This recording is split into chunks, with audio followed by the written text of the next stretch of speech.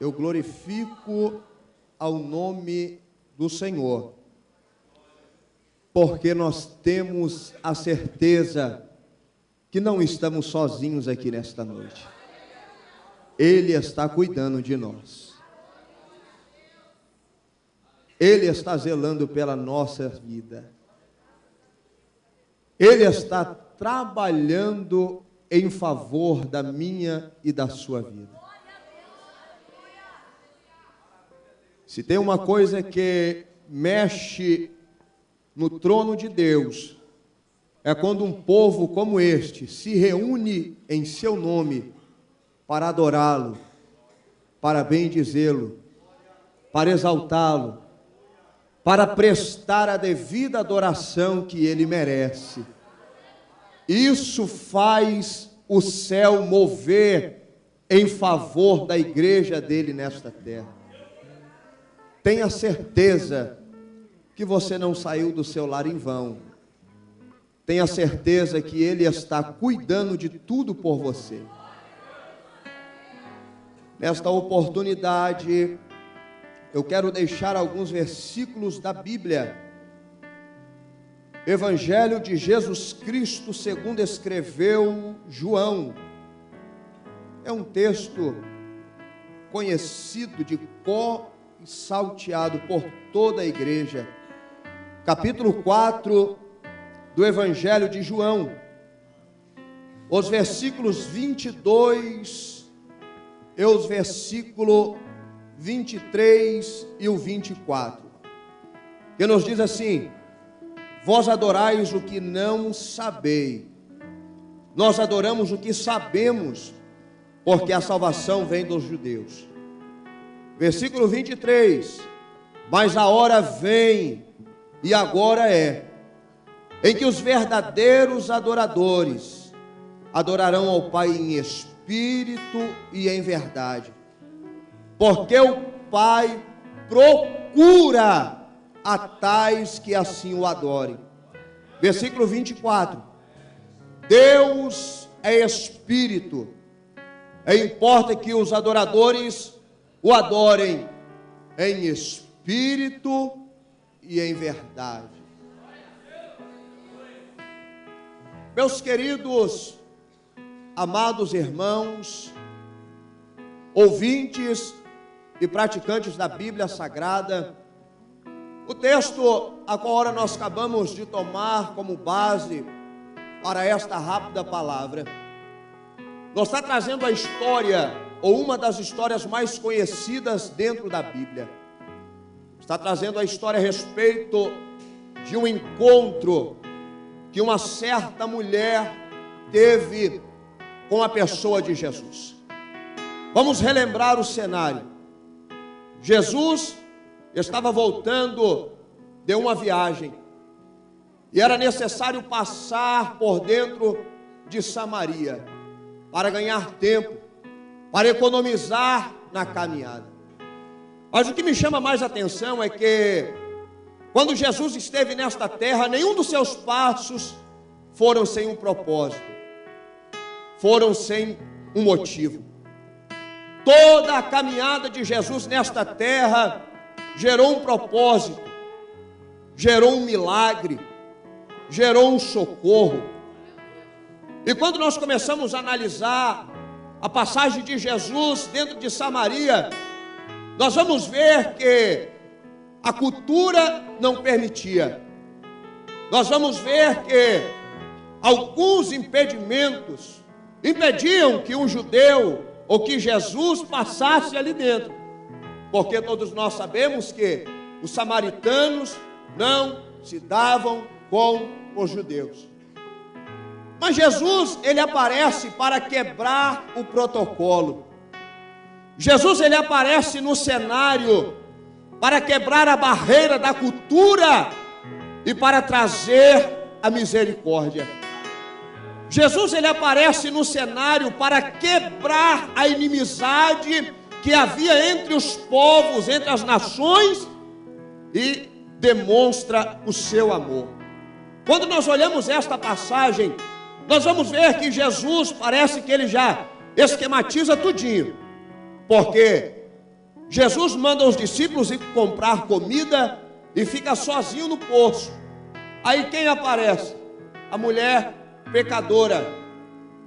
E quando a mulher aparece, Jesus começa a se revelar para aquela mulher, a conversar com ela. Jesus começa a arrancar o íntimo e o escondido que estava com ela e começa a demonstrar o seu amor.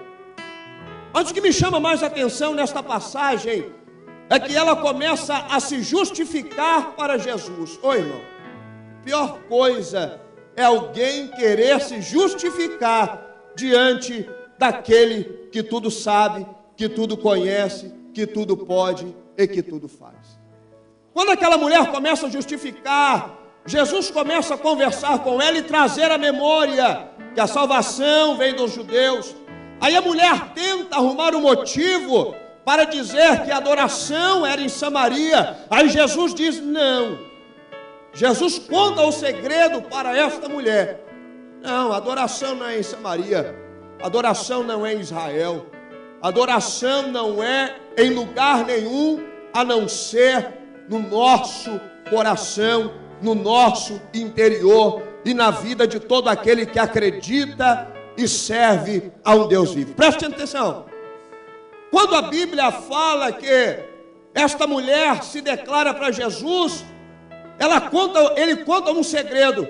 Ele diz, olha, os verdadeiros adoradores são aqueles que o Pai está procurando. Quando Jesus diz que Deus ele está procurando verdadeiros adoradores, é porque Jesus sabia que existiam os falsos. É porque Jesus sabia que existia alguns que adoravam, não adoravam nem em espírito e nem em verdade. É porque Jesus sabia que em reuniões como esta, ao invés de existir adoradores, existiam espiões, existiam olheiros, existiam pessoas sem propósito, que vinham para perder o seu tempo. Mas a Bíblia diz que o Pai, ele estava procurando, ele procura os verdadeiros adoradores. O que me chama a atenção, para que você entenda, é que Jesus, ele não procura quem coloca a sua melhor roupa quando está saindo da sua casa para vir para a igreja. O que Jesus procura não é aquele que coloca o seu melhor penteado, que pega na prateleira o seu perfume mais caro, dá umas 2 borrifadas para não gastar muito e vem para a igreja. Não. Ainda que isso não seja errado, porque você deve vestir o seu melhor para adorar a Deus. Você deve usar o seu melhor para você adorar a Deus. Mas não é isso que Deus procura. Deus, ele ainda procura os verdadeiros adoradores. Quando eu começo a meditar na Bíblia Sagrada, eu descubro uma porção de adoradores. E eu quero destacar pelo menos 3. O primeiro adorador que nós encontramos dentro da Bíblia Sagrada é o adorador inconsciente. Vamos lá? O adorador inconsciente. Vamos lá? O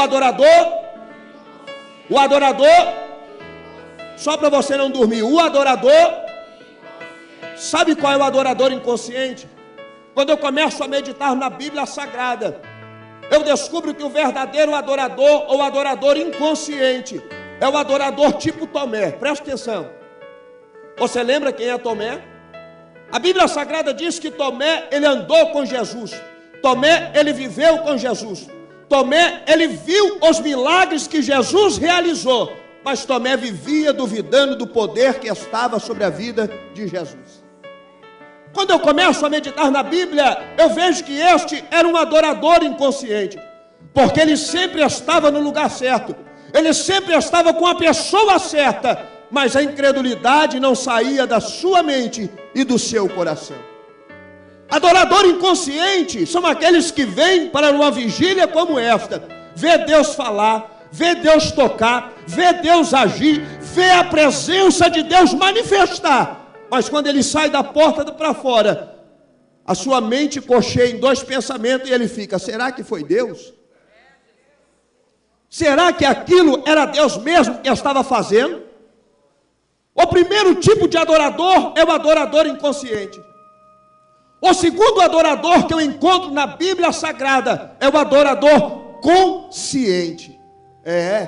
Esse é melhor um pouquinho, Rafael, porque ele fala em língua estranha como eu e você falamos, porque ele presencia um culto gostoso como esse, como eu e você presenciamos, mas só que ele adora só enquanto a porta está reganhada, porque quando a porta resolve fechar, meu irmão, ele esquece que é crente, ele esquece que serve a um Deus vivo. Você lembra do povo de Israel? A Bíblia Sagrada diz que quando eles saíram do Egito, era reteté o dia todo, era milagre debaixo de milagre, era Deus no céu, Moisés na terra, e a bênção estava completa. Mas quando eles chegaram diante do Mar Vermelho, ora Moisés, tu nos tiraste do Egito para morrer neste deserto? O adorador consciente é assim, ele adora enquanto a bênção está patente na sua vida, ele adora enquanto as portas estão reganhadas, ele adora enquanto a saúde está sendo vital na sua vida. Mas quando Deus resolve abrir a portinha do deserto, aí nós vamos conhecer quem é este adorador. O adorador consciente, ele é melhorzinho um pouco, porque ele fala em língua estranha, ele é do reteté, mas só enquanto as coisas estão bem.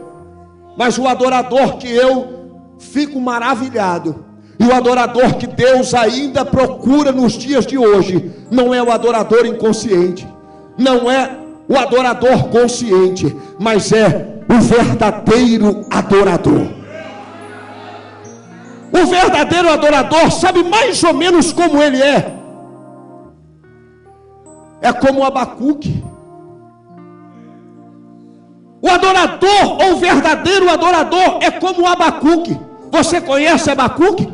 Abacuque estava sofrendo uma pressão tremenda, porque ele não conhecia a princípio a vontade de Deus para o seu povo. Ele estava com medo, buscando uma resposta de Deus. Aí quando Deus começa a revelar para ele o que ia acontecer na sua nação, ele resolve esquecer a sua confiança, resolve depositar a confiança em Deus, e resolve dizer: Deus,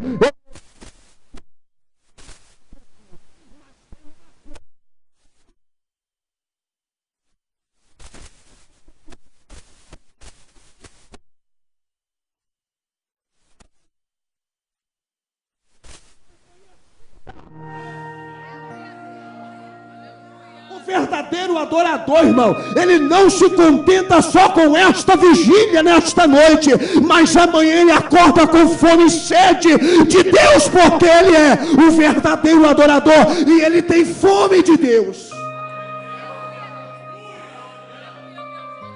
É por isso que ele fez uma das orações mais lindas da Bíblia Sagrada. Sabe por quê? Porque quando ele viu que tudo parecia perdido, ele resolve orar a Deus e dizer: Deus, portanto, ainda que a figueira não floresça, não haja fruto na vide. Irmão, eu gosto demais deste texto. Não haja fruto na vide, o produto da oliveira minta, os campos não produzem alimento, as ovelhas da malhada sejam arrebatadas e não haja vaca no curral. Não tem problema, todavia eu me alegrarei no Senhor, eu me alegrarei no Senhor, exultarei no Deus da minha salvação. Sabe o que ele estava dizendo? Eu posso vir numa vigília como esta, eu posso deixar o meu parente enfermo em casa, eu posso vir numa vigília como esta, eu posso chegar em casa amanhã e a prateleira está vazia, porque a porta de emprego não se abre, as portas podem estar tudo ao contrário, mas eu tenho uma certeza que o Deus de Israel, que o Deus de Israel, que o Deus da igreja, que o Deus que nós servimos, Ele é o Deus da nossa salvação. Esta é a diferença. do verdadeiro adorador. Ele não mede esforços para adorar, ele não vê as circunstâncias para adorar, ele não está nem aí para o problema. O importante é estar na presença dele e dar a glória só para ele. E se você veio aqui nesta noite como este verdadeiro adorador, eu te convido nesta noite, esqueça tudo o que aconteceu, porque a partir de agora é adoração para Deus, é adoração para Deus, é adoração para Deus, é adoração para Deus. Enquanto você adora, ele move o sobrenatural em favor da sua vida.